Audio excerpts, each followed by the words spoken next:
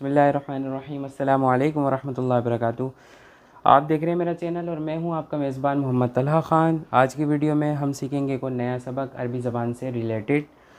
तो वीडियो को आखिर तक ज़रूर देखें और सीखने के सफ़र में हमारे साथ रहें। अगर आपने अभी तक हमारे चैनल को सब्सक्राइब नहीं किया तो सब्सक्राइब कर लें ताकि आपको हर हमारी नई आने वाली वीडियो मिल सके। तो चलते हैं आज के सबक की तरफ। अच्छा, आज के सबक को शुरू करने से पहले मैं पिछले सबक को बता दूं, क्योंकि पिछला सबक और ये सबक दोनों आपस में रिलेटेड है।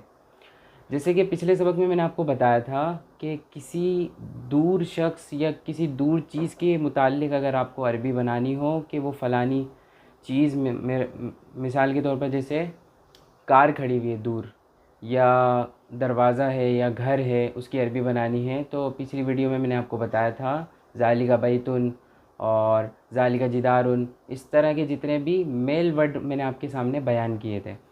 इस वीडियो में मैं आपको ये बयान करूँगा, फ़ीमेल वर्ड्स बयान करूँगा।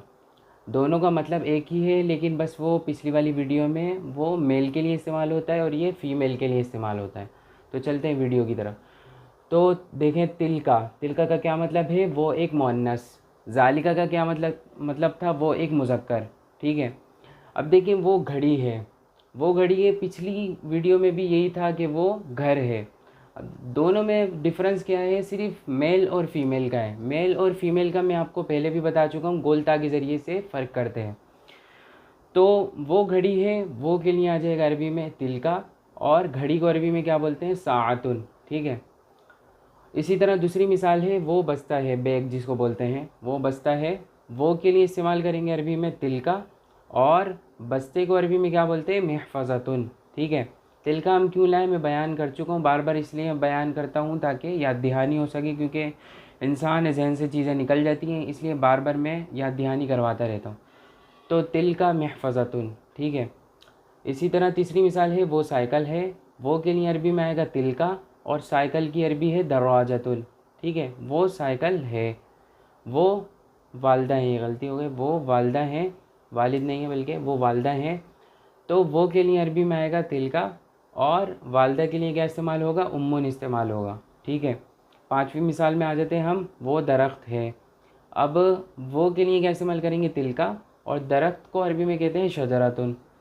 और छठी मिसाल है, वो कमरा है, वो को की अरबी आएगी तिलका, और कमरे को अरबी में क्या बोलते हैं, गुरफतुन। इसी तरह आखिरी मिसाल देखते हैं, वो चश्मा है, तो वो के लिए इस्तेमाल होगा तिलका, और चश्मे को अरबी में क्या बोलते हैं, नज़ारतुन।